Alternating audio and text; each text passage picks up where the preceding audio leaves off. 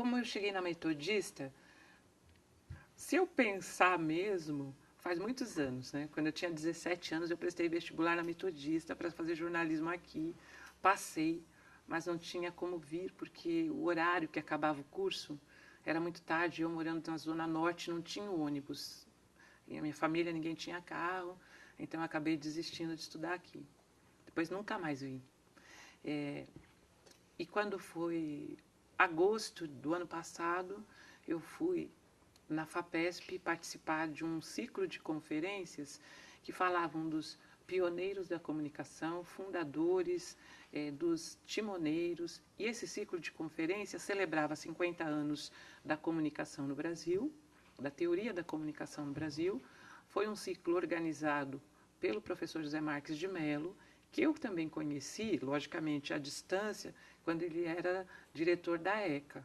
Naquela época que ele era diretor da ECA, eu era uma postulante a entrar no mestrado da universidade, né, da ECA, mas acabei entrando no mestrado do Programa de América Latina. Só no doutorado que eu fui para a ECA. Aí, assim, quando eu participei desse ciclo na FAPESP, foi uma coisa como uma lâmpada que acendeu na minha mente. E eu me dei conta, porque foi bem interessante, cada professor convidado falava de um cientista ou de um comunicador ou de um jornalista e do legado histórico, do legado epistemológico daquela pessoa, daquela personagem. E eu lembrei de muitos autores que eu precisei ler no mestrado, aliás, na graduação, mestrado e no doutorado. Mas, ao mesmo tempo, quando o ciclo acontecia, eu percebi que eles eram identificados, como eu disse, como fundadores de um campo, ou como timoneiros de um campo.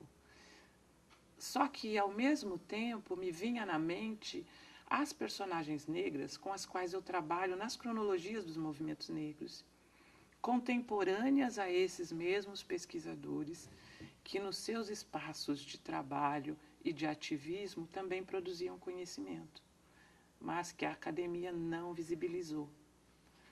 Então, muito do que eu estudei, do que eu sou, embora eu tenha lido os autores obrigatórios da comunicação, mas muito do que eu sou enquanto pessoa, enquanto pesquisadora, enquanto ativista, eu aprendi com esses personagens, essas personagens, que não aparecem na história do conhecimento comunicacional brasileiro, que é a minha pesquisa, que chama Comunicação e Educação, por uma epistemologia afro-brasileira, havia sido aceita sob a orientação do professor José Marques de Mello. O que isso importa para mim? É muito bom porque o professor tem no próprio currículo ele é pioneiro vamos dizer, na epistemologia historiográfica da comunicação. E na medida que ele também ele foi humilde a ponto de, na nossa primeira reunião aqui na cátedra, me dizer que não tinha muito conhecimento, na verdade, que ele tinha pouco conhecimento da questão racial, mas que ele tinha no currículo uma alegria de ter orientado uma das primeiras dissertações de mestrado aqui na Metodista sobre imprensa negra. E eu fiquei bem feliz porque essa dissertação que ele orientou foi escrita pelo Ubirajara Damasceno Mota, que eu conheço, é um pesquisador muito sério, e o trabalho dele é considerado histórico. Provavelmente é o segundo ou terceiro trabalho com esse tema. Então, o professor já disponibilizou para mim o trabalho do Ubirajara Mota e tem sido muito parceiro, indicando, agora fuçando a própria memória, como que os negros que ele conheceu, os jornalistas negros, atuavam, me dando nomes, indicando pessoas para que eu busque também na minha pesquisa e some com os teóricos que eu já estou estudando.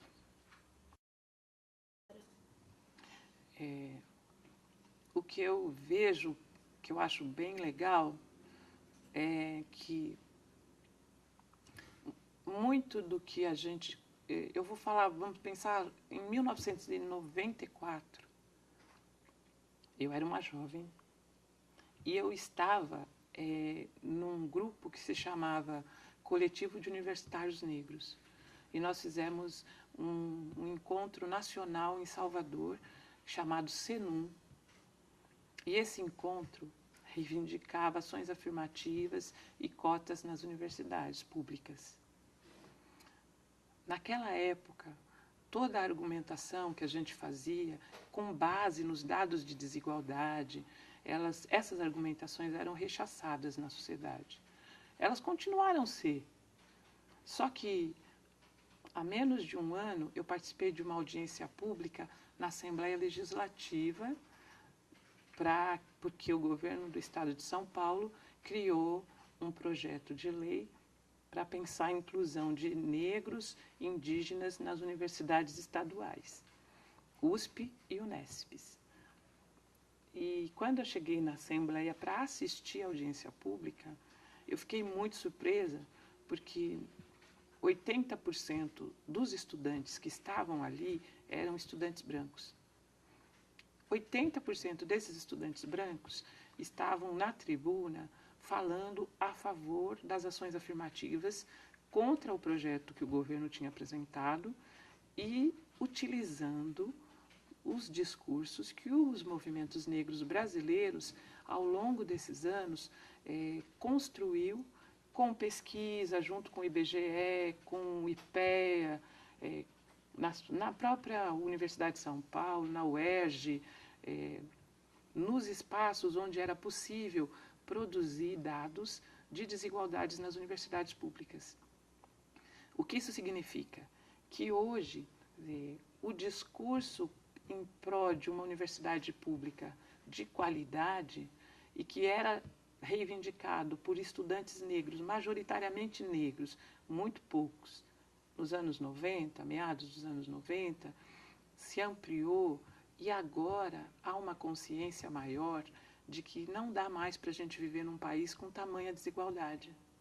Isso é muito importante porque se o estudante branco entende que há desigualdade socioeconômica e racial por conta do racismo no país, esse estudante percebe o que historicamente os movimentos negros dizem. Se existe discriminados, é porque há discriminadores. E se o discriminador achar que só o discriminado, que precisa lutar sozinho para mudar uma situação, nunca vai haver mudança. A responsabilidade para um país mais justo é uma responsabilidade de toda a sociedade, de brancos e negros, não é uma responsabilidade apenas da população negra. Então, hoje eu penso que os estudantes, de uma forma geral, estão mais engajados com as questões como da democratização dos meios de comunicação. Então, na Confecom, assim como tinha o coletivo da população negra, tinha o coletivo dos jovens, que é plural e diverso, reivindicando uma programação melhor, o acesso à democratização dos meios também. Então, eu vejo nessa perspectiva.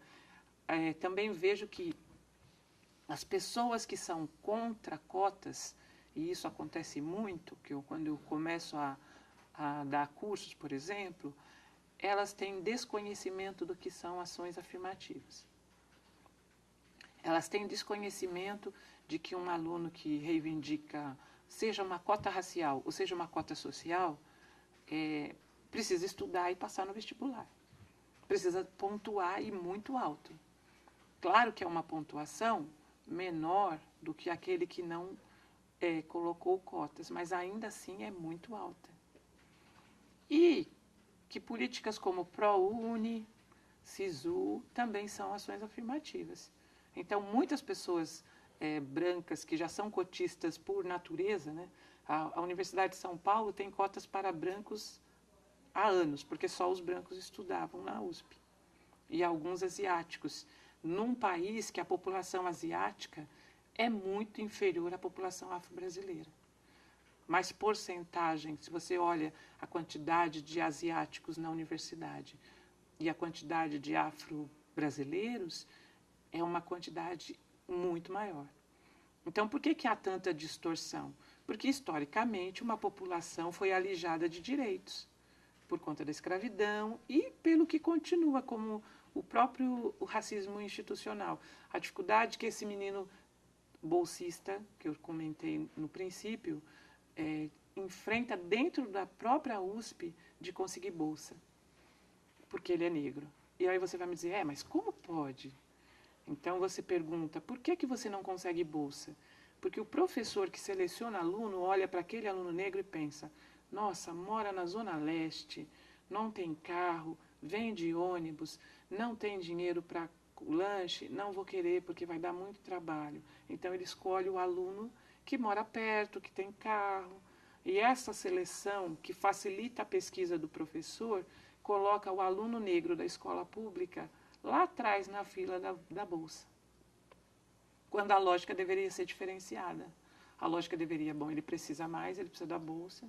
Então, esse tipo de consciência, ele começa a acontecer com a informação mesmo. Quando as pessoas passam a ter entendimento de que nós estamos num país com muita desigualdade. E a partir disso, eu penso que hoje há mais diálogo. O racismo está mais exacerbado.